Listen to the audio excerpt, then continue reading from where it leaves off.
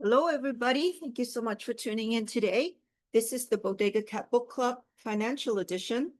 And today we're continuing our reading of The Creature from Jekyll Island by G. Edward Griffin.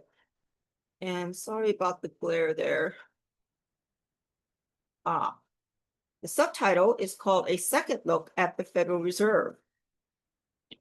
Okay. So I hope you guys are enjoying this book. I know I am. It's very fascinating to read about history. So anyways, okay, let's see here. This is chapter 19 and it will be part 1. Oops. If you have a book, you could follow with us there. If not, you can follow with us on camera here, whichever works for you. Okay, and in the meantime, check out our other book clubs. We have spiritual book clubs on Mondays and health book clubs on Wednesdays. And check out our website. We have monthly newsletter that we put out. You could look at our past newsletters to see what's going on with the Bodega Cat, as well as podcasts. We interview, I think, interesting people. So you could check that out. We have separate tabs, the newsletter podcast, sorry, a newsletter tab on the website, and then a podcast tab on the website. So you could check that out. Hopefully it's easy to find. And you could also check out our YouTube channel as well. We put the past, books that we've read in the past on YouTube, and also our podcast as well. So you could check those out. And if you find this valuable and you want to support us, check out our merch. We're working on different designs for you guys.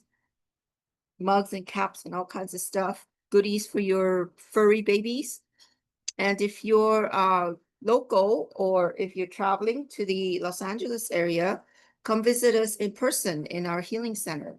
We use scalar technologies, or we use technologies based on Nikola Tesla's scalar wave research for holistic healing for both animals, dogs and cats, pets, and humans. So you could check that out as well.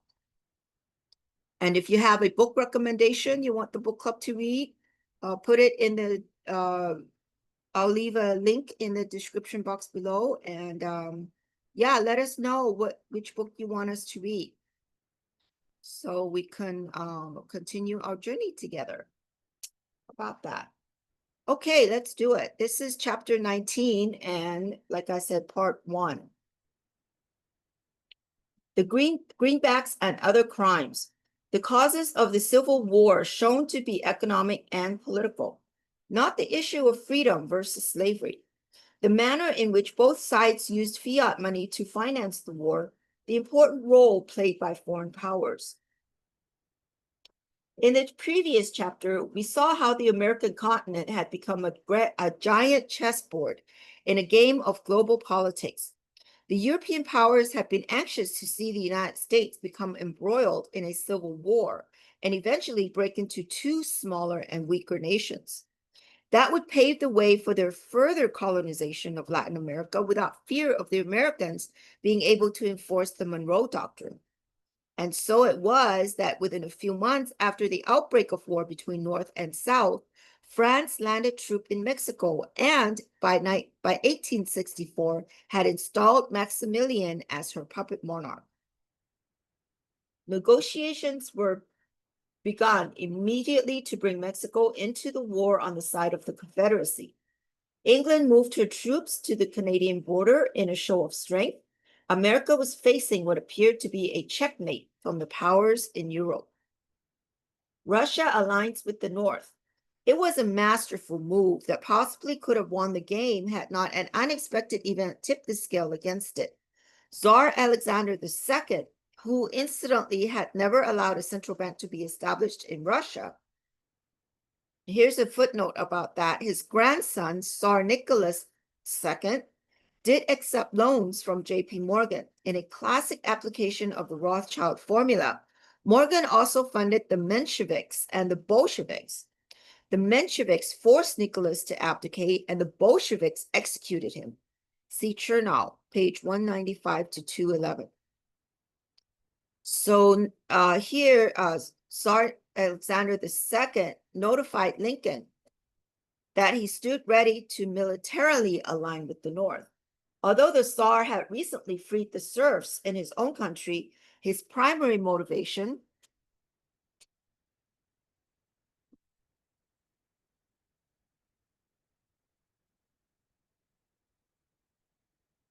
or coming to the aid of the Union undoubtedly had little to do with emancipating the slaves in the South. England and France had been maneuvering to break up the Russian Empire by splitting off Finland, Estonia, Latvia, Poland, Crimea, and Georgia. Napoleon III of France proposed to Great Britain and Austria that the three nations immediately declare war on Russia to hasten this dismemberment. Knowing that war was being considered by his enemies, Tsar Alexander decided to play a chess game of his own. In September of 1863, he dispatched his Baltic fleet of warships to Alexandria, Virginia, and his Asiatic fleet to San Francisco. The significance of this move was explained by Russian-born Karl Rango Rokosowski.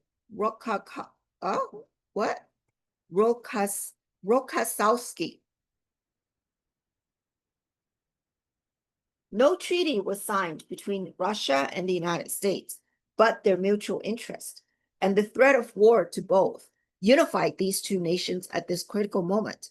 By dispatching his Baltic fleet to the North American harbors, the Tsar changed his position from a defensive to an offensive one. Paragraph 3 of the instructions given to Admiral Lisovsky by Admiral Crabbe. At that time, Russian Secretary of the Navy, dated July 14th, 1863, ordered the Russian fleet, in case of war, to attack the enemy's commercial shipping and their colonies so as to cause them the greatest possible damage. The same instructions were given to Admiral Popov, commander of the Russian Asiatic Fleet. And that quote was from Karl Rango Rokosowski, Before the Storm. Ventimiglia, Italy, Tipo Litografia Ligure, 1972, page 57. The presence of the Russian Navy helped the Union enforce a devastating naval blockade against the southern states, which denied them access to critical supplies from Europe. It was not that these ships single-handedly kept the French and English vessels at bay. Actually, there is no record of them even firing upon each other, but that is the point. The fact that neither France nor England at that time wanted to risk becoming involved in an open war with the United States and Russia led them to be extremely cautious with overt military aid in the South, or to the South. Throughout the entire conflict, they found it expedient to remain officially neutral without the inhabiting effect of the presence of the Russian fleet. The course of the war could have been significantly different.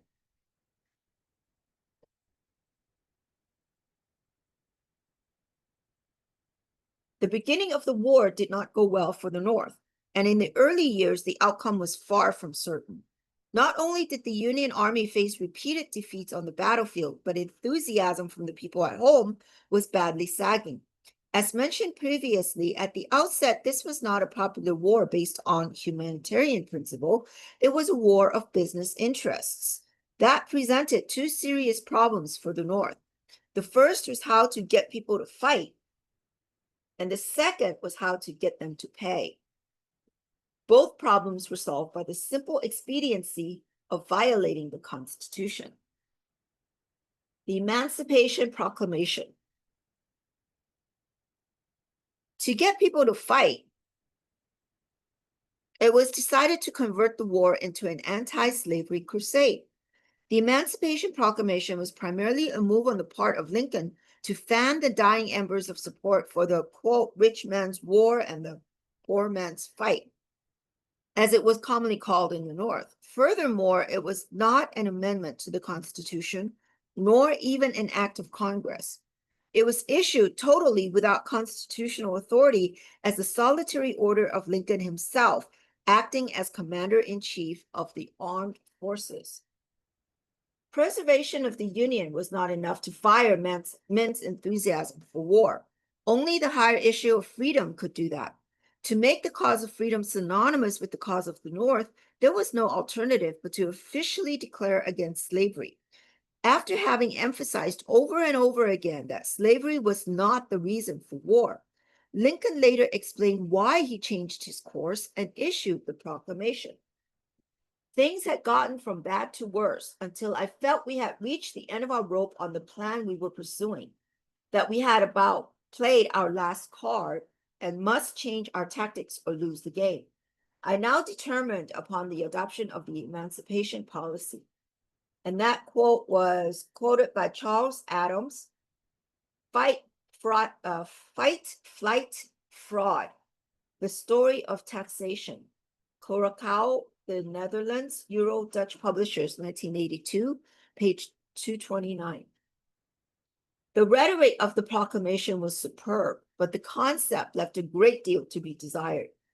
Bruce Catton, writing in the American Heritage Pictorial Society, American Heritage Pictorial History of the Civil War, explains.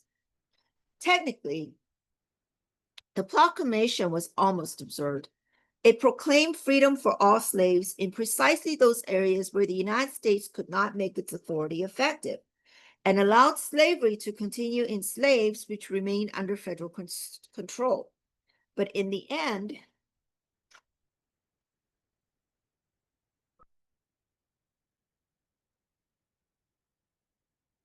it changed the whole character of the war and, more than any other single thing, doomed the Confederacy to defeat. And that quote was from Catton and Ketchup, page 252.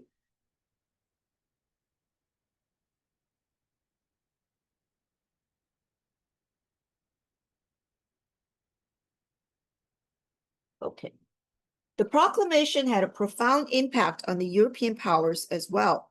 As long as the war had been viewed as an attempt on the part of the government to put down a rebellion, there was nothing sacred about it.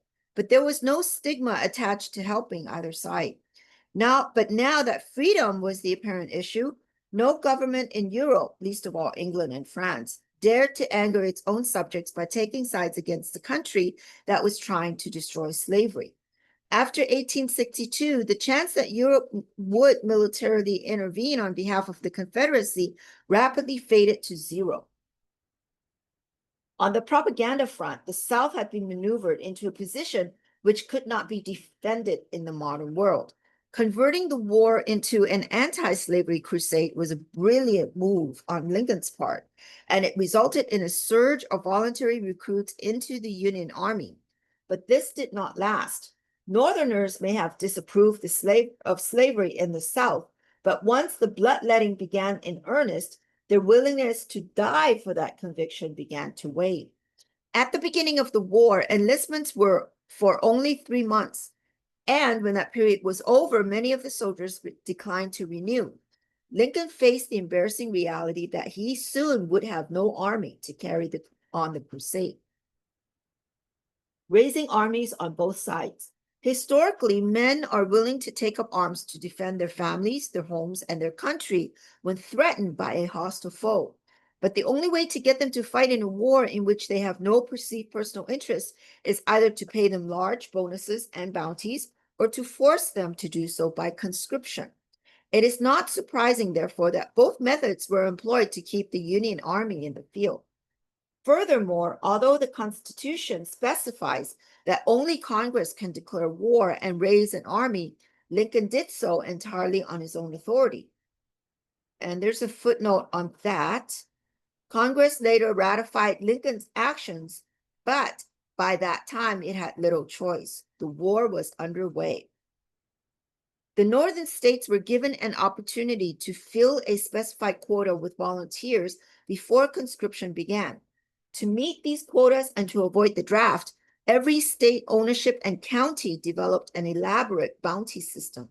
By 1864, there were There were many areas where a man could receive more than $1,000, equivalent to over $50,000 today, just for joining the army. A person of wealth could avoid the draft simply by paying a commutation fee or by hiring someone else to serve in his place. In the South, the government was even more bold in its approach to conscription. Despite its cherished views on states' rights, the Confederacy immediately gathered into Richmond many of the powers and prerogatives of a centralized national government. In 1862, it passed a conscription law which placed exclusive control over every male citizen between the ages of 18 and 35 into the hands of the Confederate president. As in the North, there were important loopholes. The owner or overseer of 20 slaves, for example, could not be called into military service. Okay, so that quote was not quote, footnote was from Catton and Ketchum, page 484 to 485. In all fairness, it must be noted that many did not take advantage of this exclusion. In contrast to the North, soldiers perceived that they were fighting for the defense of their families, homes, and property, rather than an abstract cause or for a cash bounty.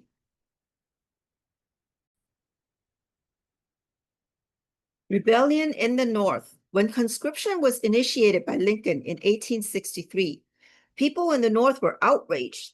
In New York's Madison Square, thousands of protesters marched in torch parades and attended anti-Lincoln rallies.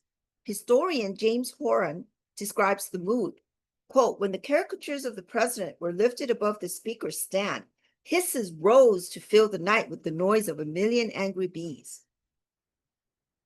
And that quote was from James D. Horan, Confederate agent, A Discovery in History, New York Crown, 1954, page 209. Federal troops eventually had to be called in to put down anti-draft riots in Ohio and Illinois. In New York City, when the first names of the drafts were published in the papers on July 12, mobs stormed the draft offices and set fire to buildings. The riots continued for 4 days and were suppressed only when the Federal Army of the Potomac was ordered to fire into the crowds. Over 1,000 civilians were killed or wounded. Wow. And that was from Catton and Ketchum, page 486, 511. Page 486 and 511. After the passage of many years, it is easy to forget that Lincoln had an insurrection on his hands in the North as well as in the South. The shooting of 1,000 civilians by soldiers of their own government is a tragedy of mammoth proportions, and it tells much about the desperate state of the Union at that time. To control that insurrection, Lincoln ignored the Constitution once again by suspending the right of habeas corpus, which made it possible for the government to imprison its critics without formal charges and without trial. Thus, under the banner of opposing slavery, American citizens in the North not only were killed on the streets of their own cities, they were put into military combat against their will and thrown into prison without due process of law. In other words, free men were enslaved so that slaves could be made free. Even if the pretended crusade had been genuine, it was a bad exchange. How to get people to pay for the war was handled in a similar fashion. If the Constitution could be pushed aside on the issue of personal rights and of the war itself, it certainly would not stand in the way of mere funding. It has often been said that truth is the first casualty in war, to which we should add money is the second. During the fiscal year ending in 1861, expenses of the federal government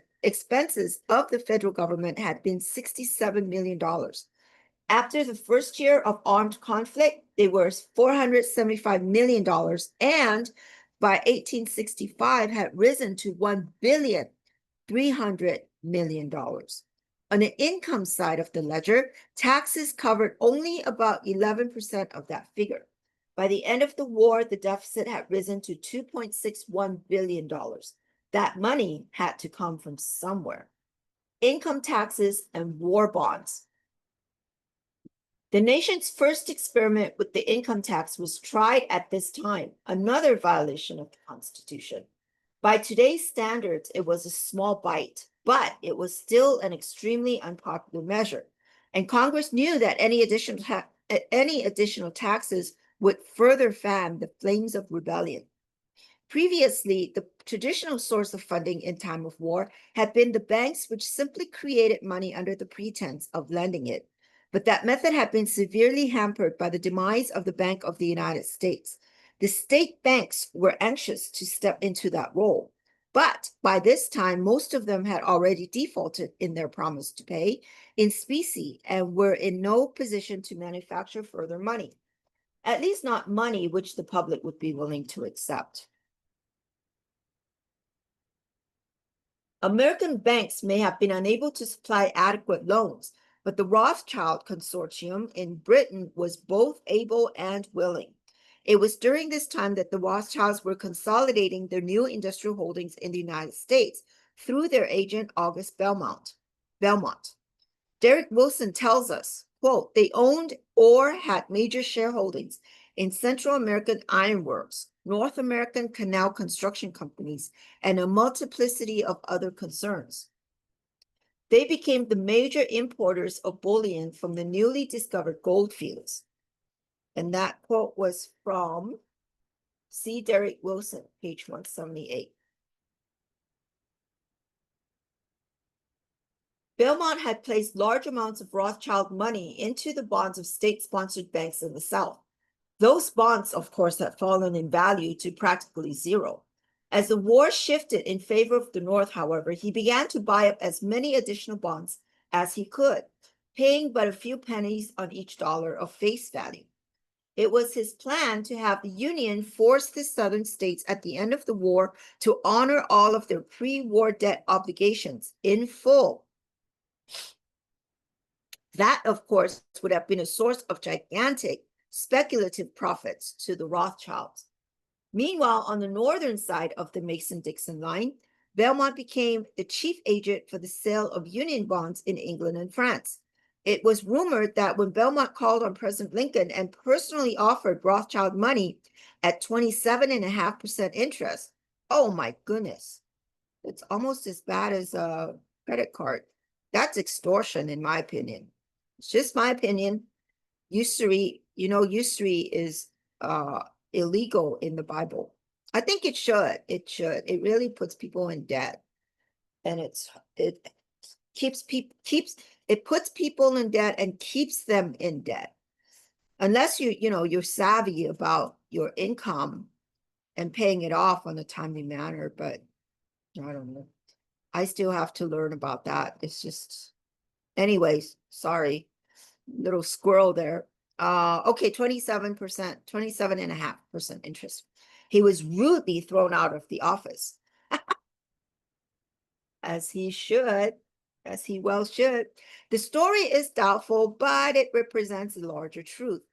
Profiting from war and placing money on both sides of the conflict were exactly the kinds of maneuvers for which the Rothschilds have become famous throughout Europe and were now practicing in America. In the North, the sale of government bonds was the one measure for raising funds that seemed to work. Even that, however, with the lure of compounded interest to be paid in gold at a future date, failed to raise more than about half the needed amount. So the Union faced a real dilemma. The only options remaining were 1, terminate the war, or 2, print fiat money. For Lincoln and the Republicans who controlled Congress, the choice was never seriously in doubt. The precedent had already been set during the War of 1812. At that time, the Secretary of Treasury, Albert Gallatin, had abrogated the constitutional ban against, quote, bills of credit by printing treasury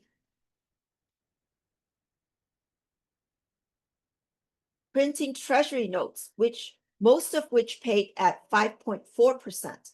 The money was never declared legal tender, and that probably was the basis on which it was defended as constitutional. The greenbacks. By the time of the war between the states, however, all pretense at constitutionality had been dropped. In 1862, Congress authorized the Treasury to print $150 million worth of bills of credit and put them into circulation as money to pay for its expenses. They were declared as legal tender for all private debts that could not be used for government duties or taxes. The notes were printed with green ink and thus became immortalized as, quote, greenbacks. Voters were assured that this was a one-time emergency measure, a promise that was soon broken. By the end of the war, a total of $432 million in greenbacks had been issued. The pragmatic mood in Washington was that a constitution is nice to have in place of peace, but an unaffordable luxury in war. Salmon P. Chase, for example, as Secretary of the Treasury, strongly endorsed the greenbacks, which were issued under his direction. They were, in his words, an, quote, indispensable necessity. 8 years later, as Chief Justice of the Supreme Court, he declared that they were unconstitutional. Had he changed his mind? Not at all. When he endorsed them, the nation was at war. When he declared them unconstitutional, it was at peace. It was merely another example of the universal trait of all governments in times of war. That trait was presented in a previous section as the premise of the Rothschild formula. The sanctity of its laws, the prosperity of its citizens, and the solvency of its treasury will be quickly sacrificed by any government in its primal act of self-survival, end quote. The pressure for issuance of greenbacks originated in Congress, but Lincoln was an enthusiastic supporter. His view was that government possessing power to create and issue currency and credit as money, and enjoying the right to withdraw currency and credit from circulation by taxation and otherwise, need not and should not borrow capital at interest. The privilege of creating and issuing money is not only the supreme prerogative of the government, but it is the government's greatest creative opportunity. And this quote was this is taken from an abstract of Lincoln's monetary policy that was prepared by the Legislative Reference Service of the Library of Congress, quoted by Owen, page 91.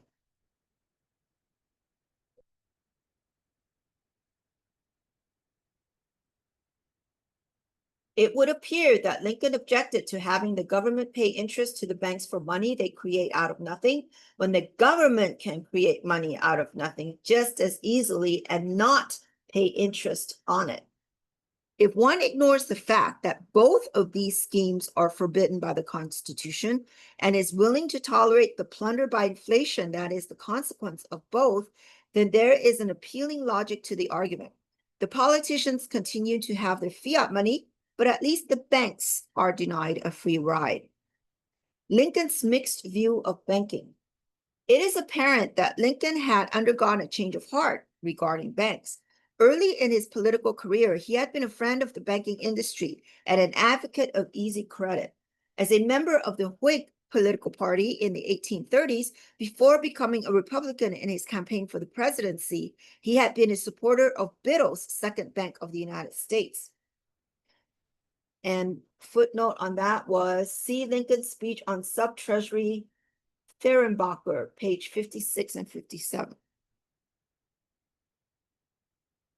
During his famous debates with Senator Stephen Douglas, one of the points of contention between the two was that Lincoln defended the bank and advocated its reestablishment. Further, after becoming president, he took the initiative in requesting Congress to reestablish central banking. And that quote, that was from, the footnote for that was from C. Lincoln's annual message to Congress, December 1st, 1862, Fehrenbacher, page 398.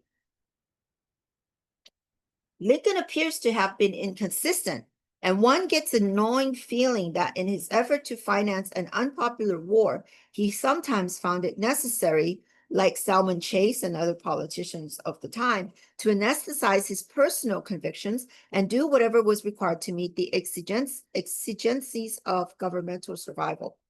One thing, however, is clear. Regardless of Lincoln's personal views on money, the greenbacks were not pleasing to the bankers, who were thereby denied their customary override on government debt. They were anxious to have this federal fiat money replaced by bank fiat money. For that to be possible, it would be necessary to create a whole new monetary system with government bonds used as backing for the issuance of bank notes. In other words, a return to central banking. And that was precisely what Secretary Chase was preparing to establish.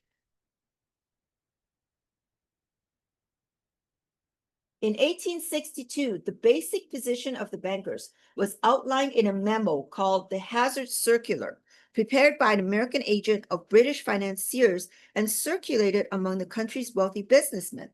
It said, the great debt that capitalists will see to it is made out of the war must be used as a means to control the volume of money.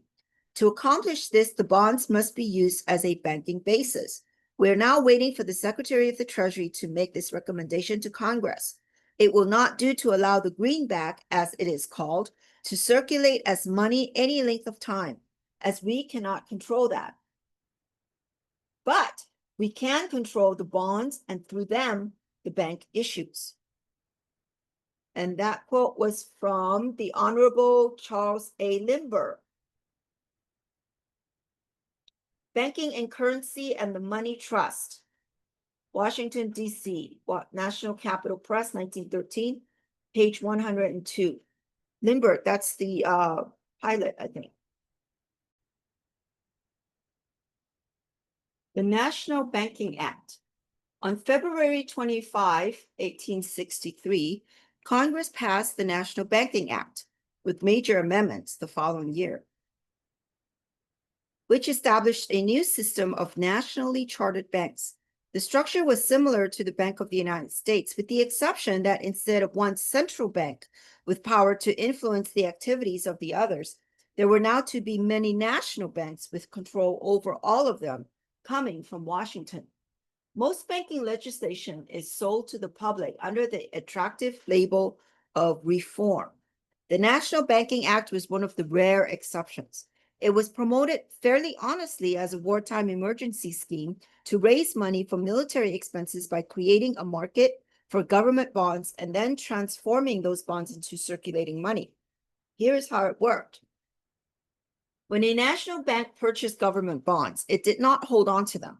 It turned them back to the Treasury, which exchanged them for an equal amount of, quote, United States banknotes, with the bank's name engraved on them. The government declared these to be legal tender for taxes and duties, and that status caused them to be generally accepted by the public as money. The bank's net cost for these bonds was zero because they got their money back immediately. Technically, the bank still owned the bonds and collected interest on them, but they also had the use of an equal amount of newly created banknote money, which also could be lent out at interest. When all the smoke and mirrors were moved away, it was merely a variation on the ancient scheme. The monetary and political scientists had simply converted government debt into money, and the bankers were collecting a substantial fee at both ends for their service. The one shortcoming of the system, at least from the point of view of the manipulators, was that even though the banknotes were widely circulated, they were not classified as, quote, lawful money. In other words, they were not legal tender for all debts, just for taxes and duties. Precious metal coins and greenbacks were still the country's official money. It was not until the arrival of the Federal Reserve System 50 years later that government debt in the form of banknotes would be mandated as the nation's official money for all transactions under penalty of law. The National Banking Act of 1863 required banks to keep a percentage of their notes and deposits in the form of lawful money, legal coins, or gold coins, as a reserve to cover the possibility of a run. That percentage varied depending on the size and location of the bank, but on an average, it was about 12%. That means a bank with $1 million in coin deposits could use approximately $880,000 of that $1 million less 12% to purchase government bonds, exchange the bonds for banknotes, lend out the banknotes, and collect interest on both the bonds and the loans. Double dipping, eh? The bank could now earn interest on $880,000 lent to the government in the form of coins, plus interest on $880,000 loaned to its customers in the form of banknotes. Wow. That's crazy. That's pretty wicked. All right, so that footnote was that represents the theoretical maximum. The actual numbers would have been slightly less due to the fact that the banks seldom were able to keep a full 100% of their banknotes circulating in the form of loans. The functional asset leverage probably averaged about 70% rather than 88%.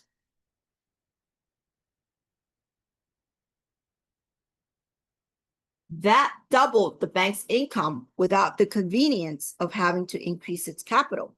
Needless to say, the bonds were gobbled up just as fast as they could be printed, and the problem of funding the war had been solved. Another consequence of the national banking system was to make it impossible from that date forward for the federal government ever to get out of debt. Please reread that statement. It is not an exaggeration. Even friends of central banking are forced to admit this reality. Galbraith says gloomily, rarely has economic circumstance managed more successfully to confound the most prudent in economic foresight. Excuse me. In numerous years following the war, the federal government ran a heavy surplus. It could not pay off its debt. Excuse me. A little frog in my throat there. It could not pay off its debt, retire its securities, because to do so would meant there would be no bonds to back the national banknotes. To pay off the debt was to destroy the money supply. And that quote was from Galbraith, page 90.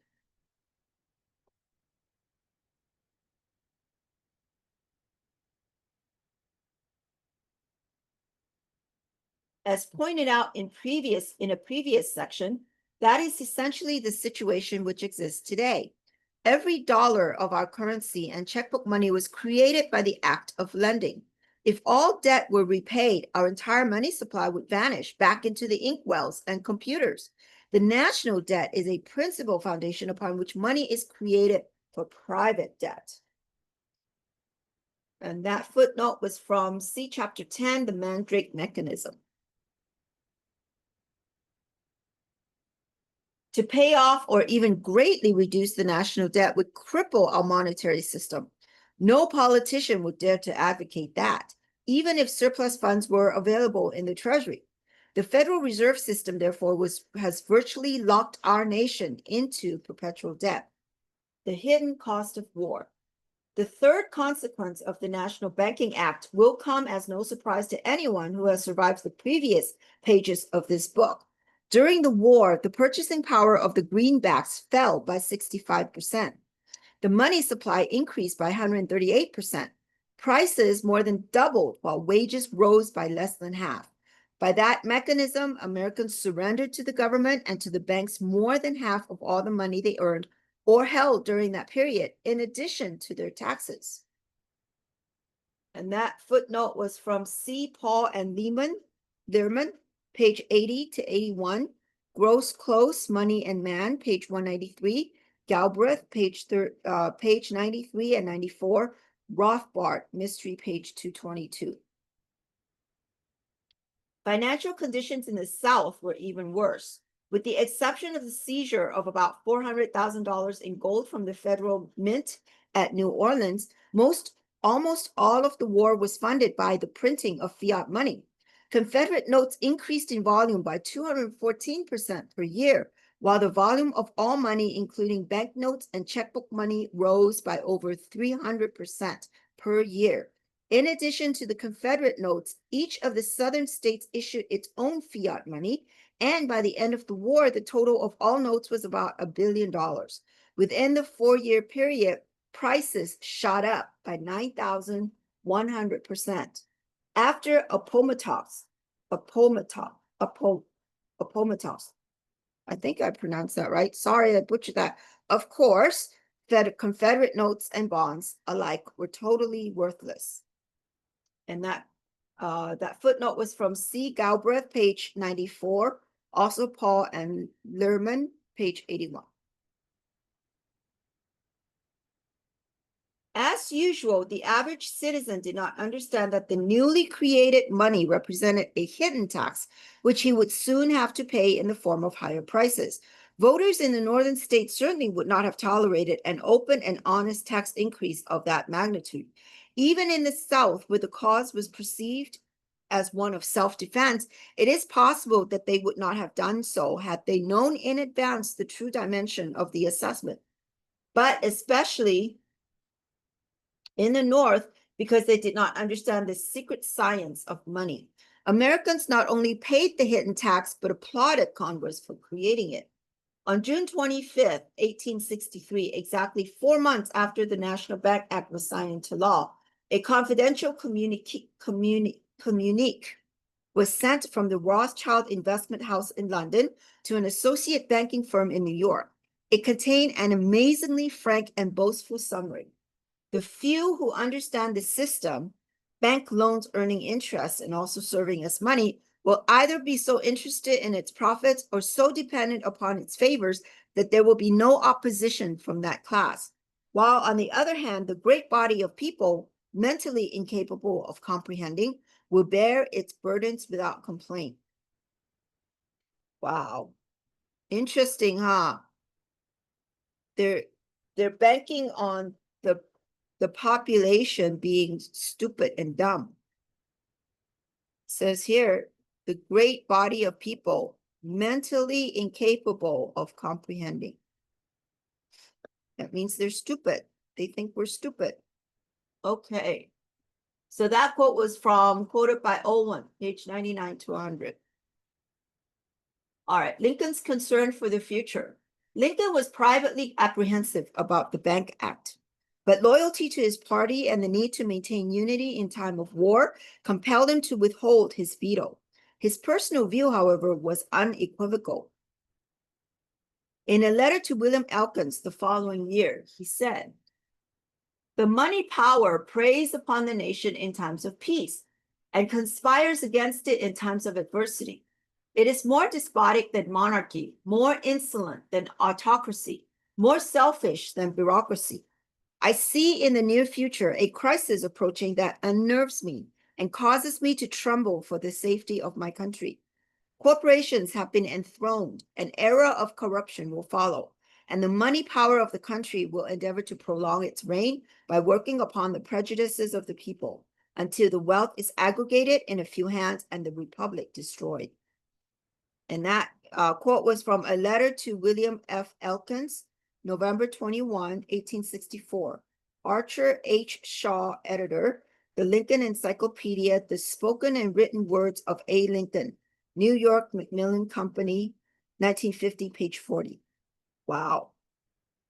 So all that corruption, all the current corruption that we see today started all the way back to Lincoln's times, huh? Wow, that's incredible. All right.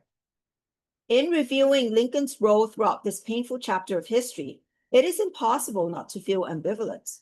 On the one hand, he declared war without Congress, suspended the writ of habeas corpus, and issued the Emancipation Proclamation, not as an administrative executive carrying out the wishes of Congress, but as the commander-in-chief of the armed forces. Furthermore, the proclamation was not issued out of humanitarian motives, as popular history portrays, but as a maneuver to generate popular support for the war. By participating in the issuance of the greenbacks, he violated one of the most clearly written and important sections of the Constitution. And by failing to veto the National Bank Act, he acquiesced in the delivery of the American people back into the hands of the international cabal, an act which was similar in many ways to the forcible return of captured runaway slaves. On the positive side, there is no question of Lincoln's patriotism. His concern was in preserving the Union, not the Constitution. And his refusal to let the European powers split America into a cluster of warring nation states was certainly wise. Lincoln believed that he had to violate part of the Constitution in order to save the whole. But that is dangerous reasoning. It can be used in almost any national crisis as the excuse for the expansion of totalitarian power. There is no reason to believe that the only way to save the Union was to scrap the Constitution. In fact, if the Constitution had been meticulously observed from the very beginning, the Southern minority could never have been legally plundered by the Northern majority, and there likely would have been no movement for secession in the first place. And even if there had been a strict reading of the Constitution, at that point could have led the way to an honorable and peaceful settlement of differences. The result would have been not only the preservation of the Union without war, but Americans would be enjoying far less government intervention in their daily lives today. Wow. That's incredible. Well, we'll stop there for now. This is a long chapter. Well, I hope you enjoyed that. We'll continue our reading next time. And in the meantime, I hope you guys all have a great day. And don't forget to check out our website, our book clubs, newsletters, podcasts, merch, YouTube, all that good stuff. Okay. And we will continue. We'll see you next time. You guys all have a great week. And okay, bye-bye now.